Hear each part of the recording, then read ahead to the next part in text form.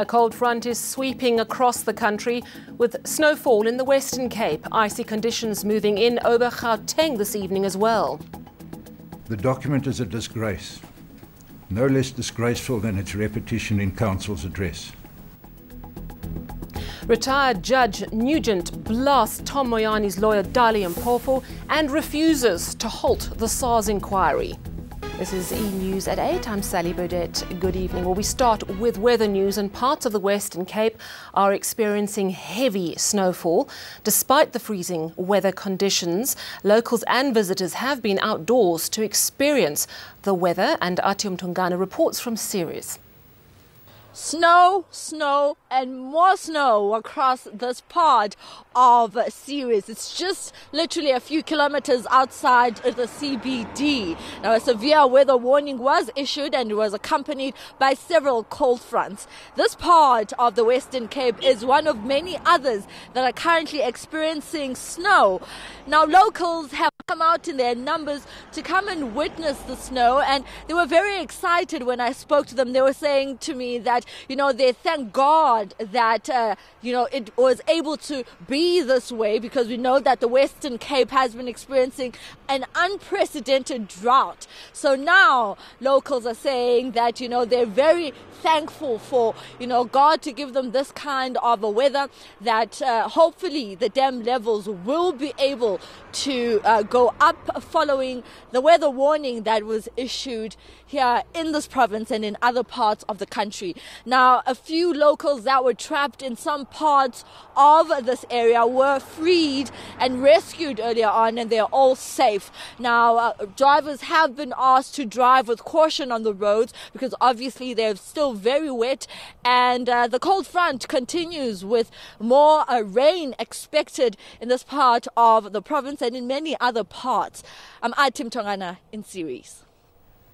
Of course, some gratitude there for the snow, which will hopefully melt and fill the dams in the Cape. But of course, concerns this evening, particularly as the cold front moves over Gauteng for the homeless. We always worry particularly about people who do not have shelter. I'm joined now by Slindile Masikane from a homeless shelter in Yeoville, downtown Johannesburg. Good evening to you, Slee. Could you tell us, first of all, how cold it's getting at the moment?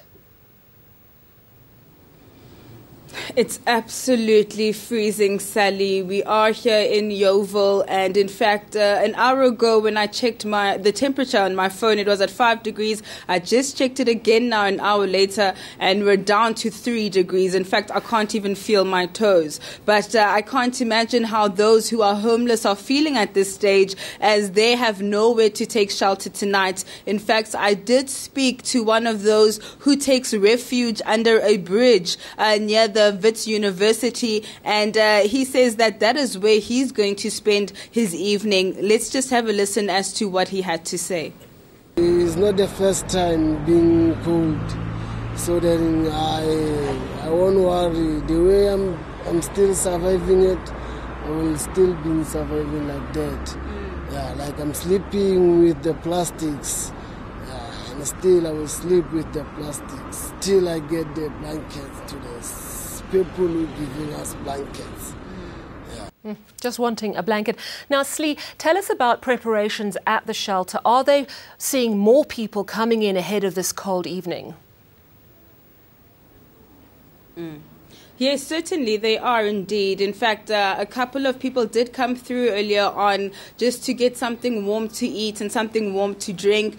This particular shelter actually houses some 18 women who are homeless and destitute, who've just come out of abusive relationships or have just lost their jobs. And they not only house the women, they also house their children as well. And when I spoke to a couple of them, they just said, they're really grateful that they can take refuge at this particular shelter, the Frida Hartley shelter, and they're saying that if it wasn't for the shelter, they would be out on the streets, stranded like many others, thousands others. And when I was speaking to those who are homeless and sleeping on the streets, I said, but why don't you maybe just take refuge tonight at any shelter here in Johannesburg? And they said that usually at these shelters, they have to pay around 10 Rand per night in order to stay there, and they don't have that kind of money. In fact, fact, they don't have that kind of money to continuously have to go back and sleep at the shelter. And as you've heard from the gentleman I spoke to earlier on, they are willing to just grin and bear the cold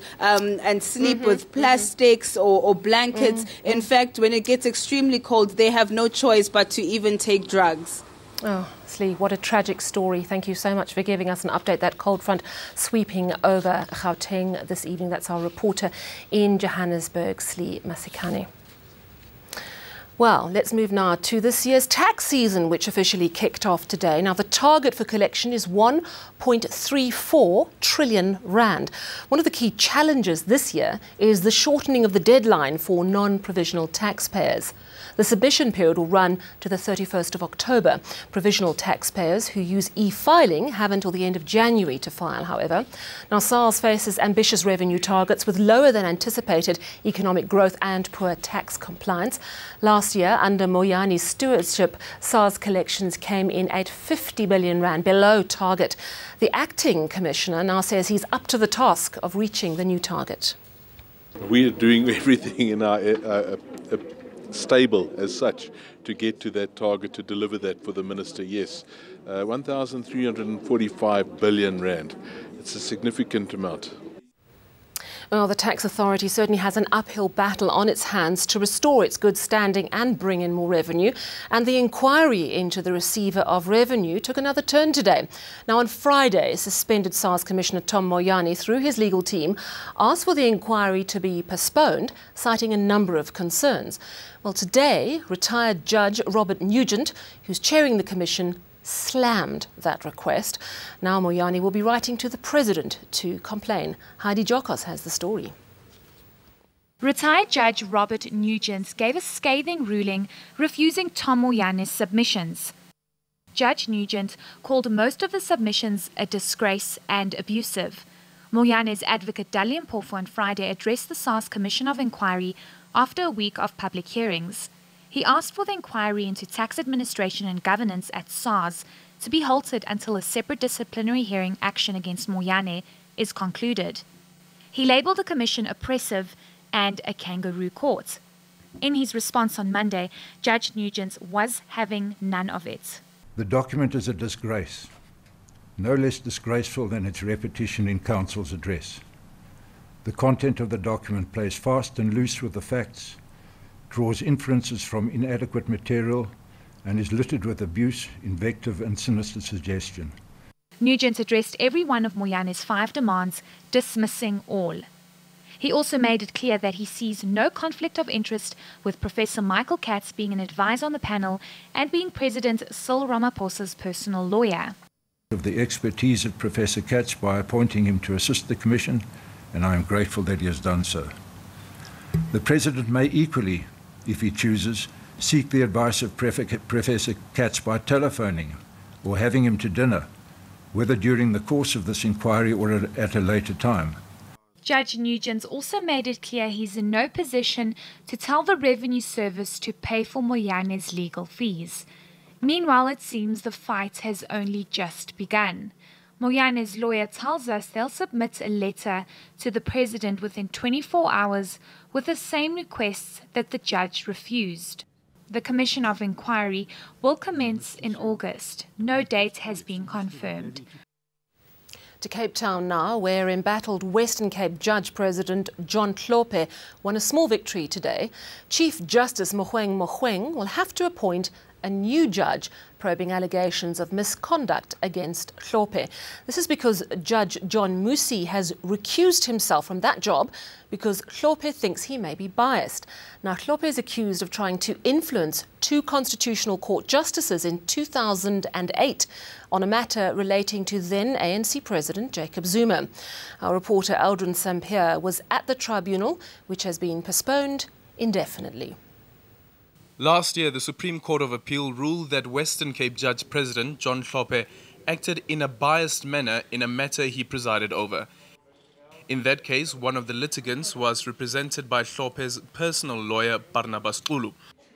It's alleged that during a social gathering soon after, Judge John Musi said the verdict was no surprise, as it was consistent with Hlophe's controversial conduct. Hlophe has since tried to convince Mmusi to recuse himself from the Judicial Service Commission's tribunal investigating allegations of misconduct against him. On Monday, he got his way.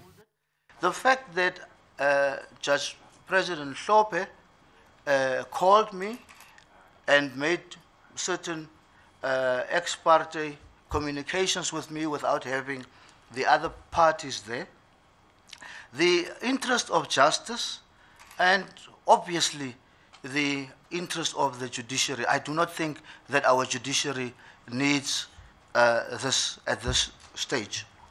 I have therefore decided that the best course in this matter is for me to recuse myself. Judge Mmusi continues to deny that he made the remarks, but Hlophe insists a fellow judge who heard Mmusi make the comments is willing to make a statement to that effect. We would have wanted to cross-examine him on some of the things that he says here.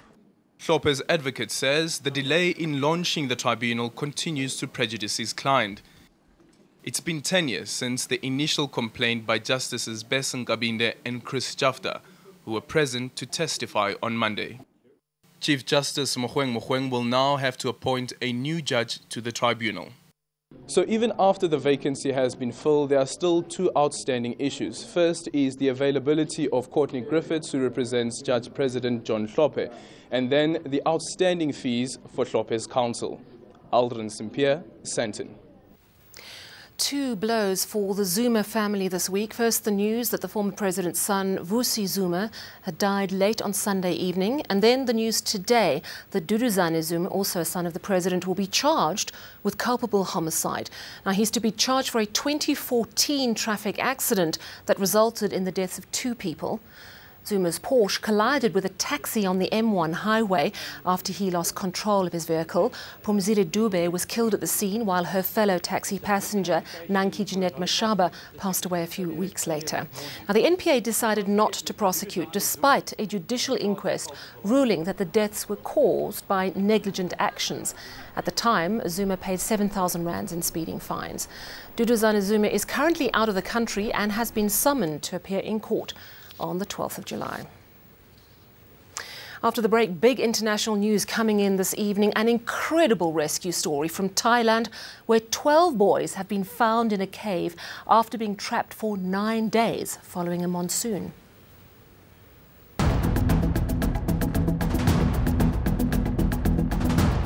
To Mpumalanga now, and the public hearings on land reform continued, part of course of a nationwide event. Some who spoke at the gathering in Mbombela today supported change in the constitution to allow for land expropriation without compensation. Others said such a move would threaten food security and jobs. Malungelo Boy reports. Residents waited patiently in a long queue.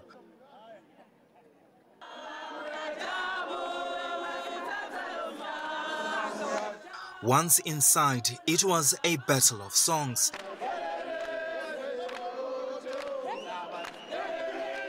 And then the hearings got underway.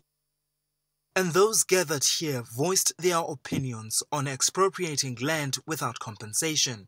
We are in support of Section 25, that the Constitution be amended for the benefit of Africans and the oppressed Africans in their very own country of birth. There must be without any fear of failure. Others said changing the constitution is unnecessary.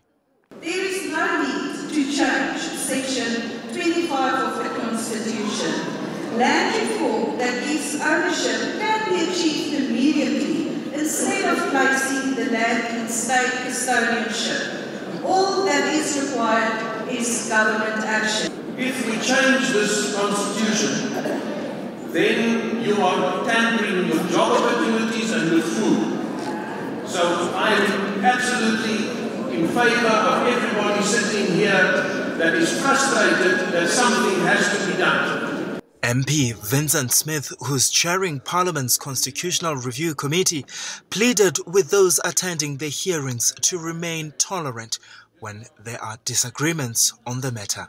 Malungelo Bui, Mpumalanga.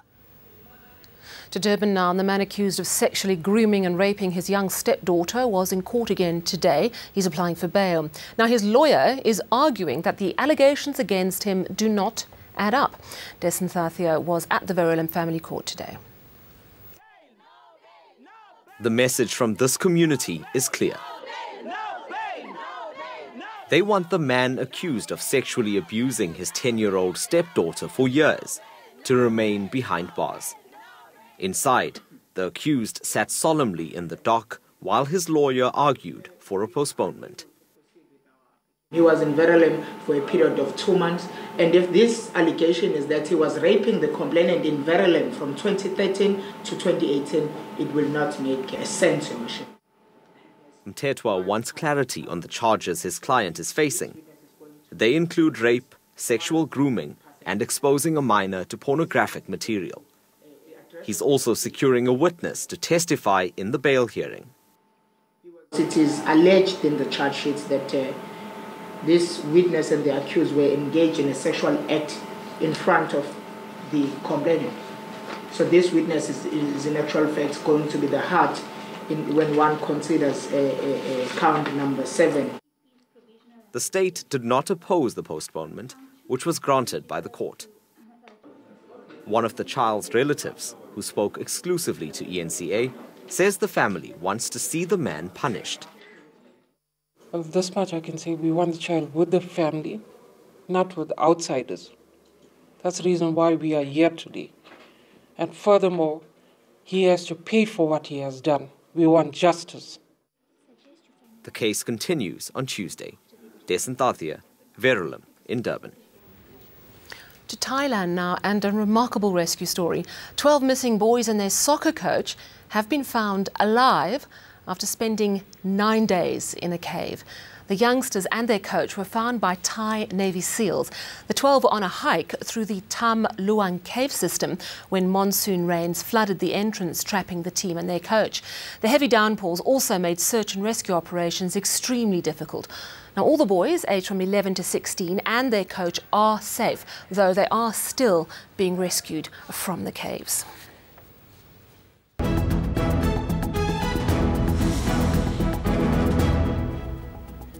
Your top stories this evening. A cold front is sweeping across the country with snowfall in parts of the Cape and icy conditions moving in over Gauteng this evening. Retired Judge Nugent blasts Tom Moyane's lawyer Dali Mpofu and refuses to halt the SARS inquiry. And finally, it's that time of the year again where strawberries and cream are the order of the day and afternoons are spent glued to the television. Yes, it's Wimbledon. Now, today marks the start of the 2018 tournament. Over 166,000 portions of strawberries and cream will be served over the next 2 weeks. It's a tradition synonymous with Wimbledon. The strawberries served in baskets of 10 cost around 70 rand. Now, many fans have been camping out for 2 nights to secure tickets to one of the most prestigious sporting events on the calendar. That's your news. Take care. Good night.